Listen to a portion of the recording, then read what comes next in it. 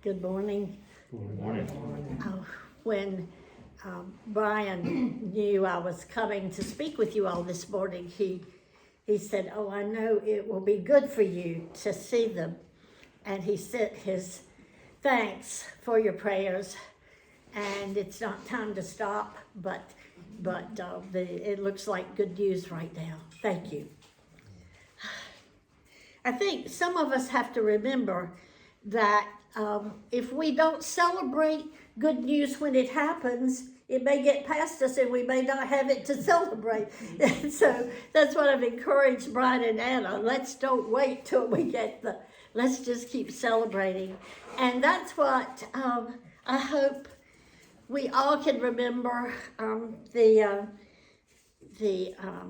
Y'all might not have heard, but there's an election coming up.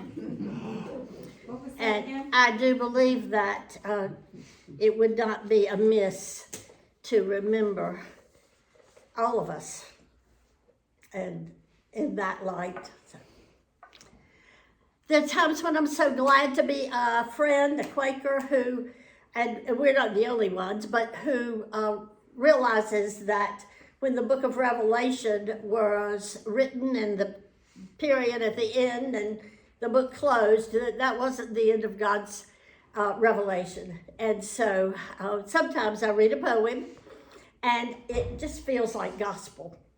And I read one a week or so ago, shared it with some of you, so I don't think you would mind hearing this again.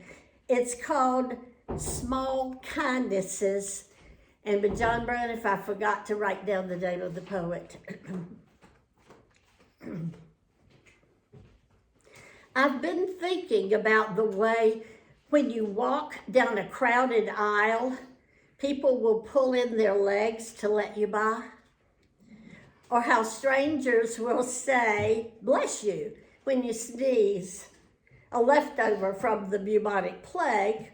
Don't die, we're saying. And sometimes when you spill lemons from your grocery bag, someone will help you pick them up. Mainly, we don't want to harm one another. We want to be handed our cup of coffee hot and to say thank you to the person handing it, to smile at them and for them to smile back.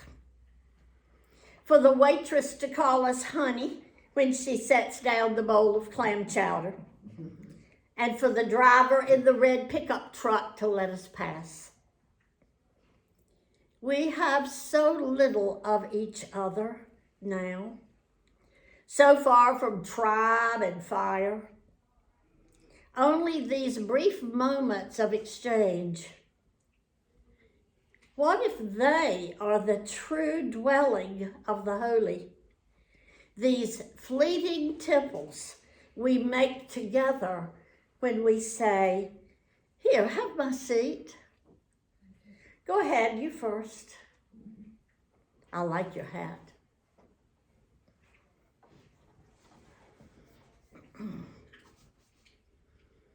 It occurs to me from time to time that I do live a lot of my life in fear. Fear, the opposite of unconditional love, and the opposite of most of what I think I am and what I say I am. Jesus shows up occasionally when I'm thinking about fear and usually laughs at me, reminding me that we go through this every now and then. Jesus and I talk about some of the things he is said to have said while he walked on this earth, and which he promises me he doesn't remember it that way at all. We've talked about fear and what it can do to the person who is consumed by it. Jesus said that there is no room in the end, so to speak, for love to enter into a person who is consumed by fear. There is no room. Fear doesn't just get out of the way and say, "Come on in." Do we even know what it means to be consumed by fear? That phrase would indicate a deeper cause of fear than most of us experience. It would be a traumatic event such as being in war or suddenly losing a person dear to you unexpectedly and really terribly, or an event so traumatic that the memory of it is hidden even to you.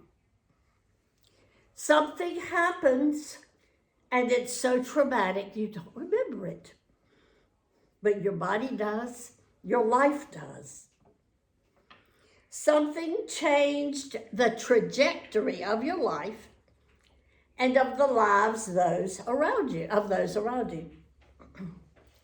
Now, Jesus talked a lot about life, about abundant life, about eternal life, about this and that. I think I can be forgiven for paraphrasing some of what he said.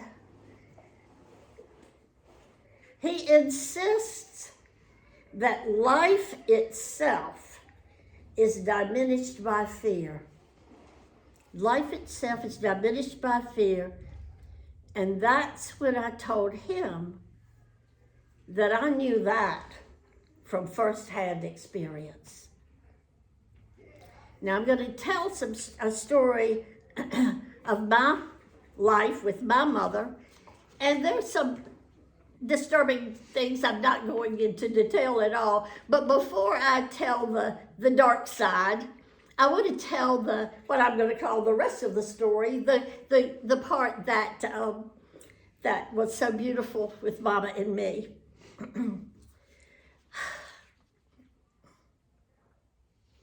I envy those of you who were brought up with parents who were whole and complete and who taught their children how to be whole and complete. I was not one of those people. And my growing up years just kind of left me with, shall we say, a lot of work to do. And boy, have I done a lot of work. But let me tell you my favorite mama story. It took place when my boys were 9 or 10, and they were acting like 9 or 10-year-old boys, running and laughing and making noise, more noise than I knew Mama would stand. She was at our house. So I did what I knew to do. I yelled at them to stop. They stopped for half a second or less and started again, and so I yelled again. And my mama was sitting quietly with her hands in her lap. And she spoke so softly that I thought I surely misunderstood her.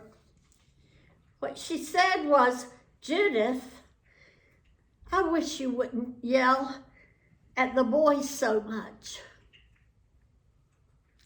Now, without hyperbole, I tell you that I felt like I had been snatched into a different universe. And for what seemed like a lifetime, but could have been only seconds, I couldn't think or speak.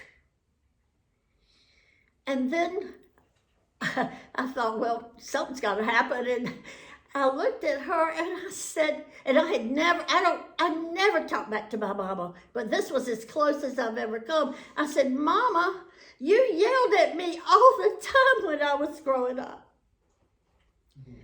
And she said so incredibly beautifully that I knew it was an apology.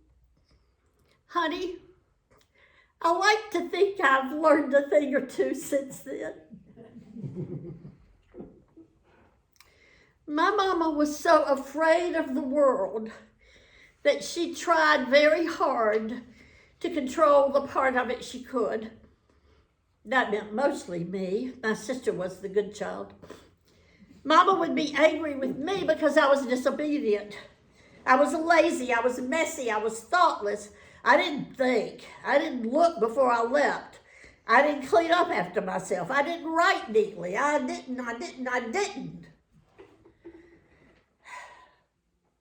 Now, before you think of my mother as being mean, let me tell you, I never thought that. I never thought Mama was mean. She was never trying to hurt me. She was not going after me. She was trying, within the framework of how she could, she was trying to teach me to be good. She didn't have a very good framework.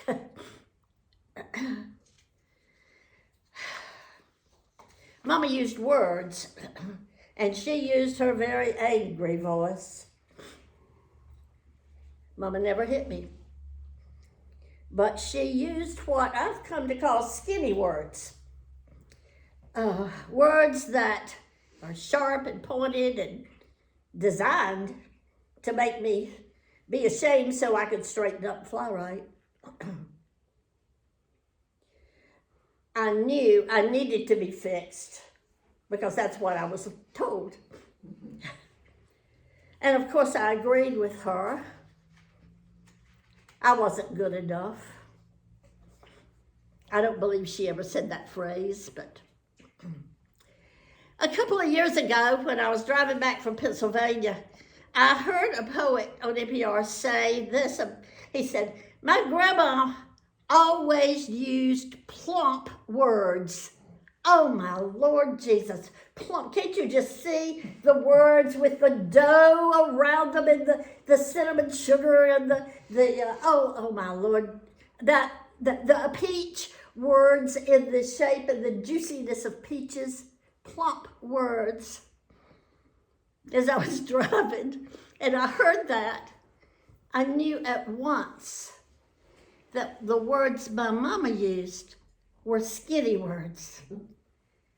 Skinny words. And so I wrote this poem. I think I waited till I got home, but I wrote this poem. Mama had only skinny words, no meat on them for me to chew, but only bone from which the marrow had already been sucked. Her words wrapped tight around my head, intruding, piercing, consuming what might have been me. Mama kept her words in tin buckets where they rattled until each point could pierce, their edges Gillette sharp, and no mind where they landed. Skinny words were meant to hurt, and they did. But who was the target? I always thought it was me, but maybe it was Daddy she couldn't stand. Most likely, it was God. I learned about God at the First Presbyterian Church and at my mama's knee, and I learned, mostly at mama's knee, that God was angry. And I knew that I was the object of God's anger. If I was good, God was okay. I was so rarely good that God was an angry God. And I was almost middle-aged before I realized, whoa, it wasn't God who was angry, it was my mother who was angry. And bless our hearts, we were a mixed-up family. But after that revelation that it was Mama, not God, many years after that, I learned about why Mama was the way she was. In my growing up years, she softened. Grandchildren will do that to you. She softened. Mama's fear came from something, these are her words, something that happened to me as a little girl, and she didn't remember what it was. She knew she was outside, but it was out of her control. She could not control whatever the something was. And so she grew up to need to control at least some parts of her world. Whatever happened to her began the process that eventually filled her with fear, what was love in her must have just been consumed and soaked up by fear, and so fear was only what was left. She cushioned Martha and me from the experiences and adventures that help children grow into grown-ups. We were swaddled almost. And I, more than Martha, believed that the world in which we lived was the world the way it was. To go from that into growing up, going to college, being married, culture shock. My mother was so controlling that if she saw me smile, she would want to know what I was smiling about. What are you smiling about? Or, what's that look on your face? Or, what are you thinking about? Control. It was control. I'm almost ashamed to be saying this to you, but my own family was an example of the power fear can have even over people whom you love and who love you. Excuse me. When I was 3 or 11 or 16 or 22 or any other age up to 78 and a half, I never once thought my mother didn't love me. Never. I was with her near the end of her life when she had that flash of a memory. We were outside. I was trying to make sure she took a walk like her doctor said, and boy, she didn't want to, and she got panicked, and we had to go back to the house. And before we got back to the house, she just was sobbing.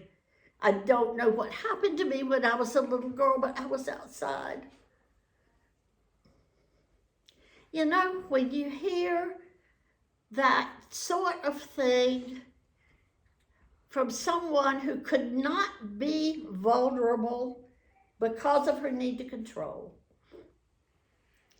it was a powerful moment, and still is with me. And I don't know that she ever thought it, well, probably thought about it, but whether she ever did anything with that memory.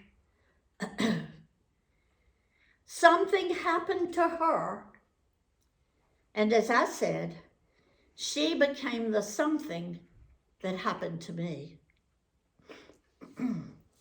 There are 8 billion or so people sharing our planet, and it's quite unlikely that I'm the only one with a story like this. And I chose to tell it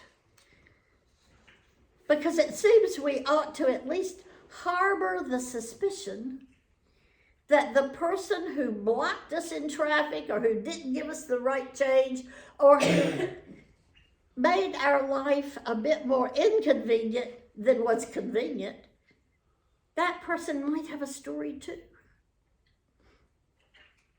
Mainly, as the poet says, we don't want to harm each other. Mostly on this crowded planet, we meet one another in brief encounters. The poet said, away from tribe and fire. We pretty much are so mobile, we go away from all that could hold us dear. Mostly on this crowded planet, we meet in brief encounters, or what he calls fleeting temples, where love breaks through and God joins us with enough light to keep us keeping on.